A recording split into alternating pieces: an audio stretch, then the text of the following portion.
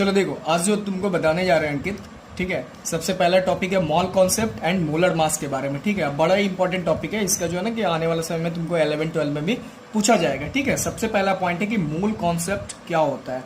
तो मूल्स का simple definition देते हैं जो बिल्कुल ईजी है कि it is defined as the given weight to the molar mass, given weight to the molar mass. अब आते हैं सबसे पहला पॉइंट कि भैया मोलर मास होता क्या है ना, ये बच्चे लोगों को पता भी नहीं रहता है मोलर मास के बारे में। ठीक है, बहुत ही इजी टॉपिक है। मोलर मास का मतलब होता है ना कि टोटल सम करना होगा तुमको, total sum of atomic mass, total sum of atomic mass of the different element, of the element या डिफरेंट एलिमेंट चलेगा, कोई दिक्कत इससे नहीं है, मतलब मेन प्रोसेस जानना है। जैसे एक एग्जांपल्स लेते हैं कि मोलर मास के बारे में। सबसे पहले हम मोलर मास एक्सप्लेन करते हैं। ठीक है, तो मोलर मास बोलो या उसको फॉर्मूला वेट बोलो, एक ही बात होता है। फॉर्मूला वेट बोलो या बहुत कोई बोलते हैं यार मॉलिक्यूलर मास भी बोलता है इसको, तो मॉलिक्यूलर मास भी बोलते हैं। ठीक है, तो तीनों एक ही पॉइंट है। अब देखते हैं कि इसमें क्या होता है। इसके लिए तुमको करना क्या पड़ेगा ना कि बहुत सारे स्टूडेंट को हम बोलते हैं कि भाई 1 से लेके कम से कम 30 तक का या 20 तक का एलिमेंट, 20 तक का एलिमेंट का एटॉमिक मास याद रखना होगा। Atomic mass and atomic number, ये अगर पता रहेगा तो आसानी से निकल जाएगा, कोई बड़ा चीज नहीं है। जैसे एक एग्जांपल समझते हैं बहुत सारा, मान लो HNO3 दिए, HNO3 जिसको बोलते हैं नाइट्रिक एसिड, क्या बोलते हैं, तो नाइट्रिक एसिड। ठीक है, तो नाइट्रिक एसिड में क्या होता है ना, इसका मोलर मास अगर तुमको पूछ देगा तो बड़ा सिंपल तरीका है, देख थोड़ा सा दिमाग लगा, तुमको एटॉमिक मास लिखना है। ठीक है, हाइड्रोजन है यहाँ पर, फिर नाइट्रोजन है, फिर ऑक्सीजन है। तो हाइड्रोजन का एटॉमिक मास क्या होता है, 1 होता है, और नाइट्रोजन का एटॉमिक मास कितना होता है, तो भाई नाइट्रोजन का तुम्हारा कितना होता है, सीधा लेंगे हम लोग 14 लेंगे। उसके बाद ऑक्सीजन का तुम्हारा कितना होता है एटॉमिक मास, तो ऑक्सीजन का होता है तुम्हारा 16, कितना होगा 16, तो 16 इंटू 3 कितना हो गया 15 प्लस 16 × 48 यानी कि 8 × 5 = 13, 4 × 1 = 5 × 6 63 ग्राम। और भी जैसे लेते हैं मान लो H2O, तो H2O का अगर निकालना है जिसको हम लोग वाटर बोलेंगे, तो अगर वाटर का निकालना है मोलर मास तो ये भी बिल्कुल आसान है भाई।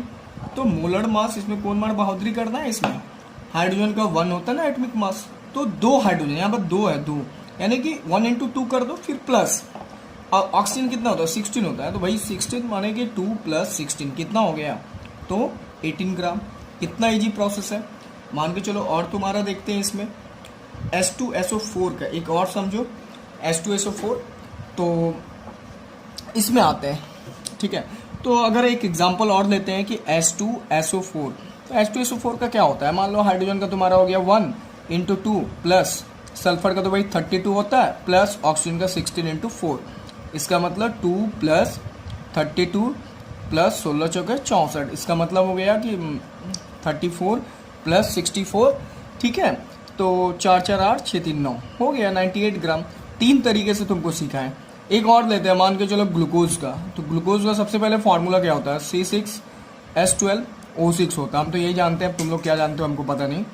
तो मोलर मास, तो मोलर मास का मतलब हो गया भाई, फिर से देख, कार्बन है ना, तो कार्बन का होता है तुम्हारा कितना 12 होता है, तो 12 × 6 क्योंकि 6 कार्बन है, फिर प्लस हाइड्रोजन का 1 × 2 प्लस ऑक्सीजन का कितना होता है 16 × 6, तो 12 6 कितना होता है भाई 72, फिर तुम्हारा 1 × 12 है ना 12, तो इसका मतलब 12 हो गया, प्लस 16 6 96, तो कितना हो गया इसका 2 2 4 6 4 10 7 पर 1 है ना, 6 2 8 2 10 7 1 8, तो 9 8 17 1 18 180 ग्राम हो गया। तो कब 4 टाइप का हम लोग मोलर मास के बारे में जान गए। अब हम तुमको बताते जाते हैं, अब हम तुमको बताने जा रहे हैं कि मतलब मोल्स के बारे में। तो भैया मोल्स के बारे में हमने डिफिनेशन लिखा है कि it is defined as the given weight to the molar mass. तो सीधी सी बात है, मोल का मतलब है given weight by molar mass, given weight by molar mass. अब चलो आते हैं इस पर एक सम्स बनाते हैं भाई। तो इसका पहला सम्स मान लो एग्जांपल में लेते हैं कि 10 ग्राम, ठीक है हम दे दिए अपने मन से 10 ग्राम ऑफ कुछ भी दे सकते हैं सल्फ्यूरिक एसिड, तो 10 ग्राम ऑफ सल्फ्यूरिक एसिड का आपको मोल्स निकालना है। ठीक है, तो अभी बताएं कि मोल्स के पहले तो सबसे पहले हम फॉर्मूला लिख देते हैं भैया, यहाँ पर देख, given weight by molar mass. तो given weight by molar mass, तो सबसे पहला पॉइंट मोलर मास कितना होगा, किसका निकालना है मोलर मास, तो किसका दिया है, सल्फ्यूरिक एसिड का। तो क्या होता है फार्मूला, H2SO4। तो H हाइड्रोजन का 1 इंटू 2 प्लस, देखो तो हाइड्रोजन का हो गया 1 इंटू 2 प्लस सल्फर का 32 प्लस ऑक्सीजन का 16 इंटू 4, इसका मतलब हो गया 2 प्लस 32 प्लस 16 चौके 64। इसका मतलब इसका वैल्यू हो गया तुम्हारा कितना, तो 4 2 6 6 2 8 6 3 9 98 ग्राम। ठीक है, अब हम थोड़ा पेज पलटते हैं कि हमको बताना क्या है, मोल्स। तो अभी हमने मोल का फॉर्मूला भी लिखा था, given weight by molar mass. तो गिवन वेट मेरे को पता चला भाई कितना है गिवन वेट, तो इसमें हमने दिखाया है कि 10 ग्राम के लिए निकालना है। तो आपको 10 ग्राम ऊपर लिखो और 98 कितना है भाई, 98 ग्राम नीचे लिखेंगे बस। अब इसको अगर कटाने आता तो कटा दो यार, उसमें क्या है, 2 5 10 और तुम्हारा 2 6 8 2 9 18 यानी 5/49 मोल्स। काम खत्म। पहला सवाल। एक और सवाल देखते हैं भाई इसमें, ठीक है। तो मान के चलो अगर 20 ग्राम्स ऑफ कुछ भी ले लेते हैं, तो मान लो नाइट्रिक एसिड ले लेते हैं, 20 ग्राम ऑफ नाइट्रिक एसिड। तो 20 ग्राम ऑफ नाइट्रिक एसिड, सबसे पहला पॉइंट नाइट्रिक एसिड का फॉर्मूला बताओ। वो तो आएगा नहीं तो फिर जाइए आप। तो नाइट्रिक एसिड का फॉर्मूला क्या होता है, HNO3। चलो ठीक है। अब देखो हाइड्रोजन का 1, नाइट्रोजन का 14, एटमिक मास लिख रहे हैं भाई, एटमिक मास याद रखना है।